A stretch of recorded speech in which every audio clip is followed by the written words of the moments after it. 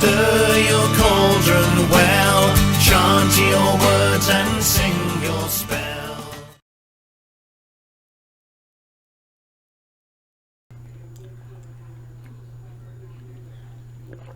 Welcome back, Broom Riders! Thank you again for joining me on the Purple Broom Apothecary Presents. I'm your host, Natalie. Today, I'm going to talk about something that has kind of come up inadvertently in different arenas, and it's something that I've been ruminating about. It really is important to me, and I think it's a topic that is definitely pertinent to today. Yesterday, I had the absolute pleasure of driving down to Austin for Witch Fest, and it was at a small venue, the Jordan Bachman Farms, there in the north part of Austin. Matt Aron was presenting, and fantastic. Matt has got supreme energy. He sold all of his books. Yay! And he had bookmarks I didn't even know about. Somehow I missed him. I walked right past his tent when I walked in because he was the first tent. Walked right past it. Did not see bookmarks, which you can never have enough of those in my book. But he was presenting on his book, Psychic Witch. I took my copy that I pre-ordered. It was fantastic. If you have not picked up a copy of this book, I cannot stress enough how important this book is going to be in your reference. You need this book. And one of the things that Matt was talking about was some of the exercises in the book. And then he told a story about a lady that called up or emailed him. I guess he was emailing her. And he was talking about how she said, well, she couldn't do this and she couldn't do that. She couldn't do that. And it got me to thinking, because I find that these days there is this huge trend of people who want all the answers and they want all the results, but they don't want to put the work into it. See, Hollywood, I think, is partially to blame for this. I think human nature is partially to blame for this. And I think our instant gratification society is to blame. So it's like a threefold problem. And what I'm talking about is that, there are people who want to be psychic. Everybody is psychic. Everybody has the ability to be psychic. Okay. It's our higher level self communicating with our three-dimensional self, right? So when you go back to like soul realignment, and Andrea Hess, she talks about how, physics has shown that there are 10 dimensions, and we live in the third dimension. This is us, right? This is our physicality. But there is our higher self, which is, fourth dimension mind, fifth dimension and above is that higher self. And it's at those realms that we are able to astral travel, to project, to manifest, and as above, so below, right? And so what I'm finding is that people expect that if I just think about it as above, it's going to manifest so below. And that is absolutely incorrect. And I started thinking about when I first came into the path, and really this applies to anything in your life, but especially to the craft, because we think in Hollywood, all we have to do is point our wand. No, it's not a wand, it's Salapinto, but we point our wand and the light's going to shoot out of it, and the result's going to be immediate. And those of us that put our heart and soul into the craft know that that's not the case. That the craft and being good at manifesting and manipulating that energy takes practice. And when you think about it, think about how many times Edison had to work on the light bulb before he came up with the first incandescent light bulb that worked consistently. He went through many prototypes and designs. He kept working it. He kept thinking it over and, doing things. He wasn't just thinking about it. He was doing things to get to that point. And I think that in this society of instant gratification, we just want everything now. We want to be able to point our finger and you get chicken pox, right? And that's not how it works, at least at first. I think you can reach a point where you can manifest things quicker because you have worked to get to that point. But getting to that point takes a lot of work. And when you think about any of the books on witchcraft, when you go back to Timothy Roderick's Wicca, A Year and a Day, and you go back to Raymond Buckland's Big Blue, I haven't read any of Silver Raven Wolf's books. I know. I should probably read a few because I can't talk about it if I haven't read it, right? But I just never have picked up a copy of any of her books. So I'm thinking I may need to do that because several of my friends cut their teeth on Silver Raven Wolf, and you hear, the fluffy bunny thing, and she gets excoriated, but there are people who love her. So, clearly she has brought the craft into something. So, she brought people like Matt in. So it must be worthwhile. And I need to sit down and make a point of picking up a couple of those and reading them. But I'm quite certain that in her books there are exercises. I know that in Big Blue he has a series of exercises. Matt has a lot of exercises in his book, and some of those exercises are tough. I'm just here to say that counting down from 100 to 0, keeping your mind on it and not letting your mind wander, my God, that is the hardest thing I've ever done in my life. I still haven't been able to successfully do it. He happened to mention in his talk yesterday, he meant to put into the book that if it's too hard for you, start with 10 and work your way down. Guess what I'll be doing this week? So, I find that a lot of people just kind of rush through the exercise once and then they don't ever revisit it, right? And what I have found myself doing recently is trying to get back to those basics. I have gone back when I went through Big Blue. When I went through any of my books on the craft, I make notes. I keep a journal. I have a journal for every book that I own. It's ridiculous. But I have a journal for almost every single book that I read.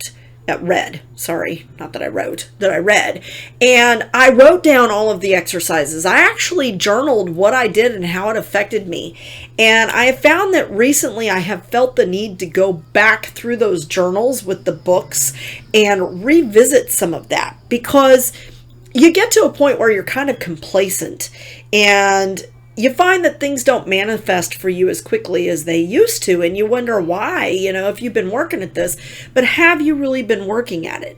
And that's the thing. See, for me, I'm finding, I'm doing this soul realignment certification program, and Andrea is an interesting individual. She claims not to believe in magic, but I think it's because she doesn't understand what magic is, because she'll turn right around and say something that's very witchy right afterwards that absolutely applies as a magical context. So I don't think she quite understands the definition of the word magic, M-A-G-I-C-K. I think she's thinking Hollywood magic and, that kind of thing. Because to me, magic isn't supernatural in terms of, fake. Okay, obviously magic is real, but I think people have that Hollywoodized idea of how magic works, and that's one of the problems that leads to this, is people don't want to put in the effort. They'll try something a couple of times and they think they're really putting their effort into it, and they might be for that moment, but there are a lot of little things that can affect your magic. If any part of your mind doubts, your magic is null. So if they don't get the result they're craving or looking for right away, they give up on it. Oh, it doesn't work. It's crap. It's bullshit. Oh, blah, blah, blah. And they don't understand how much dedication and hard work really being good at the craft requires. And they're not willing to put that kind of time in, or we're so busy that we don't have the time to meditate daily, to do that. I have made it a point to make daily meditation a part of my practice in some form or other, whether it's 2 minutes of time. Even just 2 minutes of time. I'm going to sit down and I'm shutting everything out except that meditation, that moment. A lot of times, honestly, for me, it's in the shower, because that's the only 2 minutes I have where people aren't going, hey, Natalie, hello, the phone's ringing, I'm getting text messages, I'm getting Facebook messages, So in the shower, I have that 2 minutes of time. So I'm doing a visualization. I am putting myself into that mode. But I have gotten to a point where I can shift myself into a meditative state in seconds for the middle of the day. So I will sit in my car between patients, and when I'm feeling overwhelmed, I will take 5 minutes, 2 minutes, 1 minute if that's all I have, and I will shift myself out of that line of consciousness and meditate to clear myself. And it is amazing how it works. But I didn't get there overnight. I now have, and I kid you not, I have my Insight timer here, thanks to Timothy Roderick. This was an app he turned me on to. And if you go to your stats, you can see there's my ugly little picture, 804 days. 804 days of daily meditative practice in some form or other. So I didn't get here overnight, folks, and you don't get there overnight. And clearing your mind is super difficult, and you don't have to clear your mind at first. Your mind is going to wander. It's what you do. It's part of being alive. Your mind goes different places. So you have to learn that it's not keeping your mind from wandering, but being able to be conscious that your mind is wandering and bring it back to that point, to that state, and focusing on your breathing and getting yourself back into that alpha brainwave state. So that's something else that Matt talks about in his book. So it's at that point that you are able to access those functions, but it takes a lot of work. And I find that, people just rush through some of these exercises and, they're so anxious to get on to the next exercise and they just want to get the skill. They don't really want to get the skill, if that makes any sense at all to anybody out there. So I am here today to emphasize the importance of really putting your effort into it. If you need to turn your phone off, turn your silencer off and set the phone aside. If you need to go into a dark room, if you need to just go into a sunlit room that's alone and turn off every electronic device in your home, it's not a bad thing. Getting outside in nature is one of the best things you can do without your phone, folks. Leave it behind. Take 5 minutes to go out in your backyard, sit down in the grass or with your back against a tree and your feet flat on the ground. Take your shoes off. Feet on the ground. Hands on the ground. And just allow yourself that 5 minutes. If you need to set a timer, like I wouldn't say an egg timer because they tick, tick, tick, tick, tick. But get yourself a small timer that counts down. And just give yourself that 1 to 5 minutes of just allowing your mind to wander. Focus on the sounds that you hear. Focus on your breathing. Breathing in for 4, hold for 4, out for 4. Square breathing, right? It's remarkably effective. And I think that you will find that you gain so much just from that. And that was one of the things in Timothy Roderick's books that I really appreciated was those days of silence where you don't talk. Now for me, I'm a speech pathologist. It's hard for me not to talk. And I'm a woman. It's really hard for me not to talk. So I could never get through a full day without talking in some form or other, but I did limit my electronics that day. I would turn off the ringer. I did not, except for to my business calls. So basically I put it on do not disturb. So only my business calls and my family could get through. And I turned off the radio in the car and I didn't speak. It's very hard for me. Silences can be very uncomfortable for me. So learning to be comfortable with silence is so key to improving your practice. Completing those exercises with genuineness. Not rushing through it just to meet the minimum requirements, but actually sitting down and journaling what you're doing with those exercises and then going back and reviewing what you've done a few months later, a year later, and looking at how those exercises impacted you. And here's the big catch. Do them again and see if your experience has shifted. That's a really good way to know if you are actually getting to a point where you are going to manifest, what the hell? Manufacture or manifest the results, because without genuine work, you're not going to get anything. Prayer without action is useless. That's something that the Catholic Church teaches. And I absolutely agree. Spellcraft without practical action on your part, useless. Meditation without practical application, useless. Exercises in a book you're rushing through without practical application and genuine work towards that, useless. Useless, folks. So really sit down and put some effort into those exercises. Do the exercises. Don't just read through them and then go, okay, that sounds good. I'll get to it when I can. And then wonder why at the end of the book, you're not able to manifest the results you were looking for. Oh, this book is crap. I didn't get anything out of it. No, you didn't get anything out of it, my friend, because you didn't put anything into it. Right? You get back what you put forth, right? So make sure that you're actually putting the work into it. Do the research. Don't expect someone to spoon feed you information and then think you're going to be able to do it. You need to be getting that practical application going, and you need to be really working on those exercises.